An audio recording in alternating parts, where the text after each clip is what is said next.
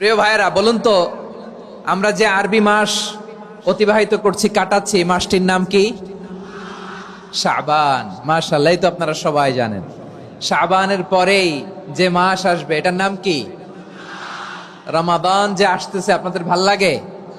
হ্যাঁ, রমাদান নাম শুনলেই মুমিন হৃদয়ে বয়ে যায় প্রশান্তির ফল্গু ধারা, ঠিক কিনা? একটা আনন্দ, একটা উচ্ছ্বাস আমাদের হৃদয়ের মধ্যে চলে আসে। রমাদান সাইয়্যিদুশ শুহুর, 12 মাসের মধ্যে সবচাইতে শ্রেষ্ঠতম মাস রমাদান আল মুবারক আসছে। আত্মশুদ্ধির মাস, আত্মসংশোধনের মাস, শুদ্ধাচারের মাস, নিজেকে আলোকিত করবার মাস, ঠিক কিনা বলেন? এই রমাদানুল মুবারকে আমাদের কি করণীয়, কি বর্জনীয়, what to do and what not to do, এই টপিকসের উপর কিছু কথা আপনাদের সামনে উপস্থাপন করব ইনশাআল্লাহ। ওমা তাওফীকি ইল্লা বিল্লাহ। আমার প্রিয় ভাইয়েরা, আমি আমার খুতবার শুরুতে সূরা বাকারার 185 নম্বর আয়াত তেলাওয়াত করেছি, যেখানে আল্লাহ তাআলা কোন মাসে কোরআন আল কারীমকে, মহাবিশ্বের মহাবিশ্বয় কোরআন আল কারীমকে এই পৃথিবীতে নাজিল করেছেন সেটা আমাদেরকে জানিয়েছেন। আল্লাহ তাআলা ইরশাদ করছেন, শাহরু রমাদান আল্লাযী উনজিলা ফীহিল কুরআনু হুদাল লিন্নাস ওয়া বাইনাতিম মিনাল হুদা ওয়াল ফুরকান। আল্লাহ বলেন, রমাদান এমন একটা মাস যে মাসে কোরআন নাজিল করা হয়েছে। আর এই কোরআন হচ্ছে বিশ্ব মানবের জন্য পথ নির্দেশিকা, হেদায়েতের সুস্পষ্ট বর্ণনা এবং সত্য মিথ্যা পৃথক করার আসমানি মানদণ্ড রূপে জামিনে আমাদের জন্য কোরআন নাজিল করেছে কে? আওয়াজ করে বলেন তো, আল্লাহর নাজিল করা এই কোরআনে কোনো ভুল আছে? সবাই বলেন নাই। সবাই বললে এতটুকু আওয়াজ হয় আমি বিশ্বাস করি না। গলা ছেড়ে দিয়ে বলেন, আল্লাহর নাজিল করা এই সর্বশেষ আসমানি কিতাব আল কোরআনে কোনো ভুল আছে? সন্দেহ আছে? সংশয় আছে?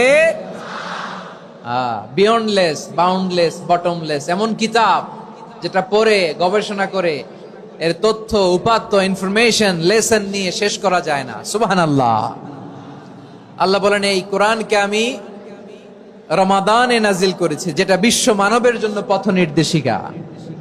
এতে আছে হেদায়েতের সুস্পষ্ট বর্ণনা আর সত্য মিথ্যা পার্থক্য করার মানদণ্ড, কোনটা সত্য কোনটা মিথ্যা এটা কোরআন দিয়ে ডিফারেন্সিয়েট করা যায়। কোরআন হচ্ছে ফুরকান, to differentiate between right and wrong. কোনটা সত্য, কোনটা মিথ্যা, কোনটা ভুল, কোনটা নির্ভুল, এটা কোরআন দিয়ে যাচাই করা যায়। চিল্লায় বলেন ঠিক কিনা?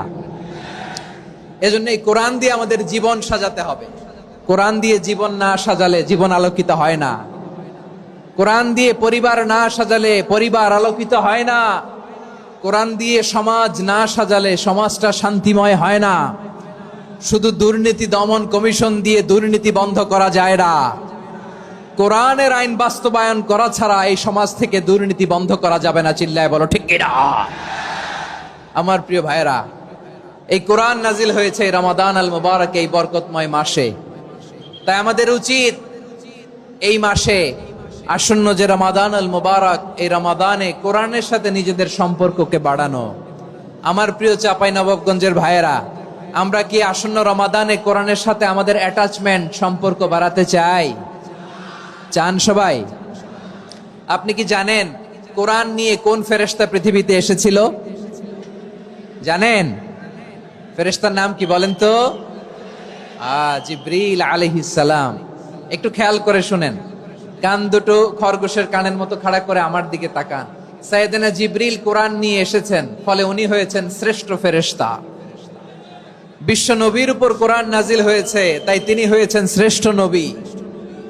রমাদানে কোরআন নাজিল হয়েছে, তাই রমাদান হয়েছে শ্রেষ্ঠ মাস। কদরের রাতে কোরআন নাজিল হয়েছে, তাই কদর হয়েছে শ্রেষ্ঠ রাত।